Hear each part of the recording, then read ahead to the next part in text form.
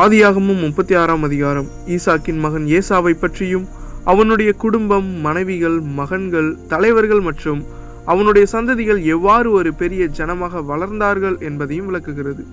இந்த அதிகாரம் யாக்கோபின் கதைக்கு பக்கத்தில் ஏசாவின் வாழ்க்கையும் தேவனுடைய திட்டத்தில் எப்படி இடம்பெற்றிருக்கிறது என்பதை நமக்கு உணர்த்துகிறது. ஏசா ஈசாக்கின் முதல்வன். அவன் கானான் தேசத்திலேயே பல மனைவிகளை எடுத்துக்கொண்டான். அவன் மனைவிகள் அவன ஆதாள், அஹோலிபாமால், பஸ்மாத். இவர்களால் அவனுக்கு பல மகன்கள் பிறந்தார்கள். ஆதாளுக்கு பிறந்தவன் எலிபாஸ், பஸ்மாத்துக்கு பிறந்தவன் ரெகுவேல், அஹோலிபாமாலுக்கு பிறந்தவர்கள் யயூஸ், யாலாம், கோராக். இவர்கள் எல்லாரும் ஏசாவின் மகன்கள். கானான் தேசத்தில் அவனுக்கு பிறந்தவர்கள். ஏசாவுக்கும் யாக்கோபுக்கும் மிகுந்த செல்வம் இருந்ததால் இருவரும் ஒரே இடத்தில் சேர்ந்து வாழ முடியாத நிலை ஏற்பட்டது. அவர்களுடைய மந்தைகள், கால்நடைகள், சேவகர்கள் அதிகமாக இருந்ததால் தேசம் அவர்களை தாங்க முடியவில்லை. அதனால் ஏசா சேயீர் என்ற மலைப்பகுதிக்கு இடம்பெயர்ந்தான். அங்கே அவன் ஒரு தனி ஜனமாக வளர்ந்தான். இதன் காரணமாக ஏசா ஏதோம் என்று அழைக்கப்பட்டான். இந்த அதிகாரத்தில் ஏசாவின் மகன்களும் பேரப்பிள்ளைகளும் அவர்களிலிருந்து எழுந்த தலைவர்களும் விரிவாக குறிப்பிடப்படுகிறார்கள்.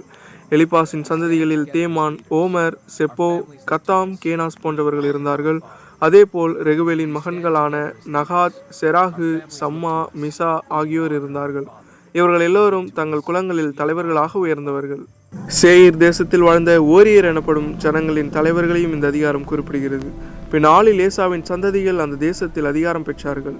மேலும் இஸ்ரவேலுக்கு ராஜாக்கள் வருவதற்கு முன்பே ஏதோம் தேசத்தில் ராஜாக்கள் ஆட்சி செய்தனர் என்று இந்த அதிகாரம் குறிப்பிடுகிறது. இது தேவன் ஏசாவையும் மறக்கவில்லை என்பதையும் அவனுக்கு ஒரு தேசமும் ஒரு சந்ததியும் கொடுத்தார் என்பதையும் காட்டுகிறது. ஆதியாகமம் 36ஆம் அதிகாரம் முழுவதும் வம்சாவளி போல தோன்றினாலும் அதில் ஒரு முக்கியமான உண்மை உள்ளது. தேவன் யாக்கோபுக்கு அளித்த வாக்குத்தத்தத்தை நிறைவேற்றியது போல் ஏசாவுக்கும் அவன் வாழ்க்கைக்கான ஆசீர்வாதங்களை அளித்தார். ஒவ்வொருவருக்கும் தேவன் வைத்திருக்கும் திட்டம் வேறுபட்டது. ஆனால் அவர் நியாயமானவர், நம்பிக்கைக்குரியவர்.